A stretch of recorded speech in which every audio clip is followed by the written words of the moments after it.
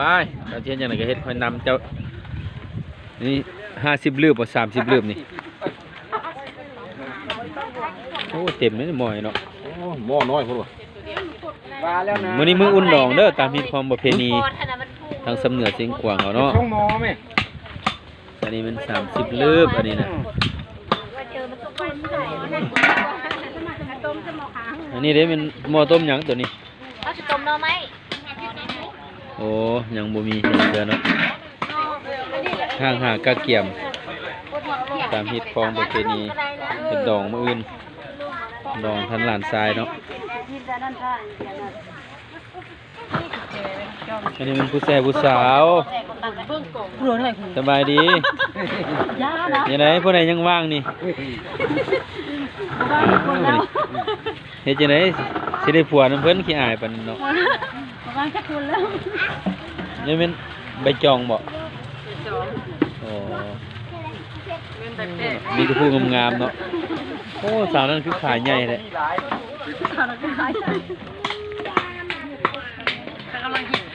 ทางหากะเกียมผู้ซ่อมหอมผู้ตัดอิหยังก็มีผู้นั่งกินก็มี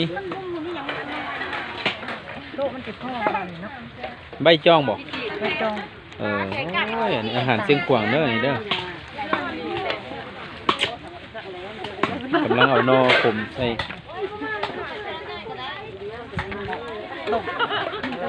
ต้มนอขมเฮ็ดซุปหม้อมื้อนี่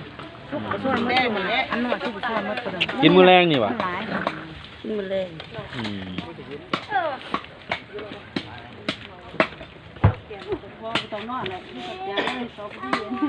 ไปทางนี้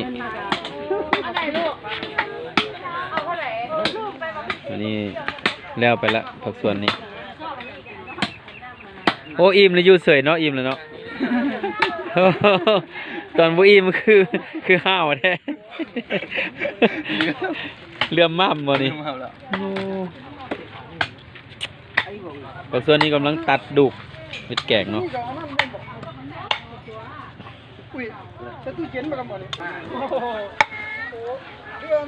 โอ้น้องเสียงดีมื้อนี้มาตัดกระดูกใหญ่เนาะโอเคสุดยอดเลยเสียวลงทาง YouTube ไปเด้อนี่เด้อสุดยอดข้างงัวตัวนึงใหญ่เติบมื้อนี้เนาะผู้กินก็กินผู้เฮ็ดก็เฮ็ดอันนี้เป็น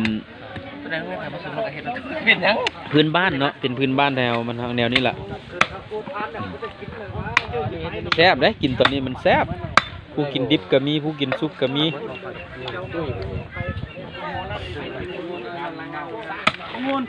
สำหรับแกมันออกมันไม่ใช่หมูนะครับคันได้กับเวียนพี่น้องเด้อความสุขแบบพื้นฐานเอาอะไรเป็นแนวนี้เนาะ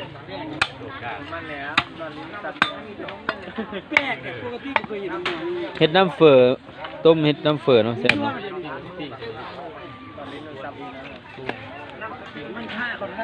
อยู่ดอนหนูน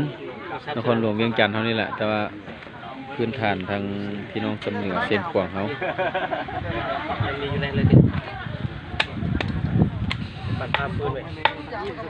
กินอิ่มแล้วมากินเบียร์แซ่บมันกับโบแซ่บปันเลยแล้วเนาะ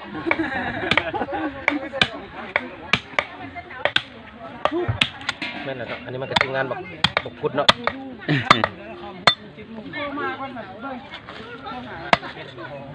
ระวังตัดมือเด้อไอ้เด้อพอเจ้าก็ว่าเจ้าหน่อยว่าบักกันนั้นเสียมาบักพุดเสียมาคือว่ายันคือบุคคลมาได้ยันมันก็คาเวียกเนาะซ้อมชิลาเวียกเนาะยุงอาขามมุ่นน่ะตัดดูตัดขามมุ่นน่ะเราไปยุงอาขาม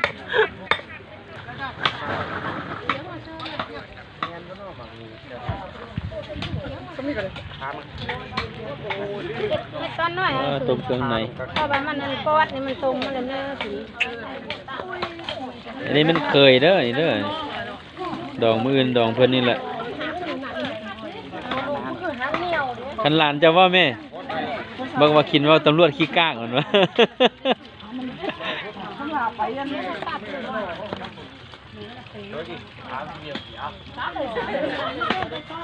ต้มแล้วจะไปเฮ็ดเลยนี่ใส่ลาบวะ ลาบ อืม ซอยสลับลูก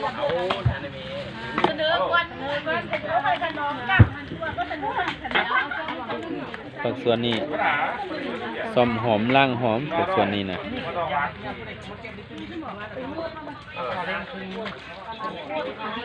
ซอยกันไปบ้านไทยเมืองพี่น้องซอยกันเอาเป็นคนทุกข์เนี่ยเนาะบ่มีเงินจ้างแม่ครัวซอยกัน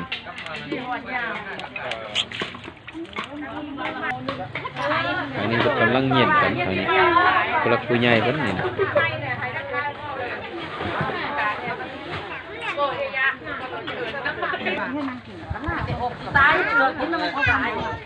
อ้าวเฮ็ดไปกินไป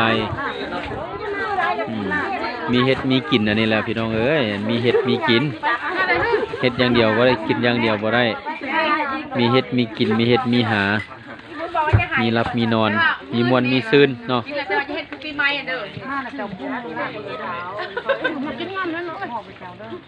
โอ้ยเนาะคันลำบากมันก็จะกินท้อ ว่ากินคนกำลังขับกินเนี่ยแน่ใจ เขาเราซื้อพวกแพงเจ้าเรากินแนวนั้นบ่ได้ติบ่ เราหงราคาที่ราคาอะไรต้มนี่ห่างหากะเกี่ยมเฮ็ดเองกินเองแซ่บสุดหม้อต้มเครื่องในป้ากำลังสิฟดอันนี้แหละของสดๆเด้อต้มไปเบิดคืนนี่แหละต้มเบิดคืนนี่แหละนี่แหละ